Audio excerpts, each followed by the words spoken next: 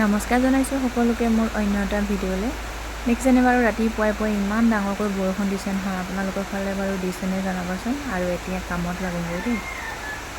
এয়া দাইল বনাবৰ বাবে ল'লোঁ, দাইল আৰু কচু ঔটেঙা সেয়া বনাম আজি। তাৰপৰা ভাজিখনৰ বাবে এয়া কাটি লৈছোঁ কোমোৰা আৰু আলু।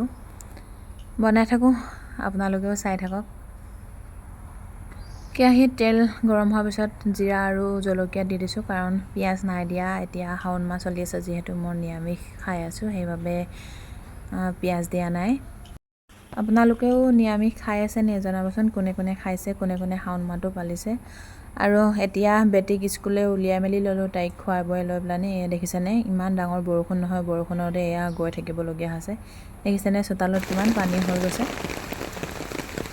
এতিয়া কিমান 7টা বাজিছে আৰু সিহঁতক তেতিয়াই সোনকালেই থ'বগৈ লাগে। তাৰপিছত এয়া ধূপ দীপ জ্বলাই লৈছোঁ, কাৰণ নজ্বলোৱালৈকে মনটো ভাল নালাগে, সেইবাবে জ্বলাই মেলি আজৰি হৈ লৈ এতিয়া চাহ খাবলৈ বহিছোঁ দেই। চাহ খালি গিলাছত খাওঁ, নহ'লে সোনকালে ঠাণ্ডা হৈ যায়। আপোনালোকেও খাই লওক।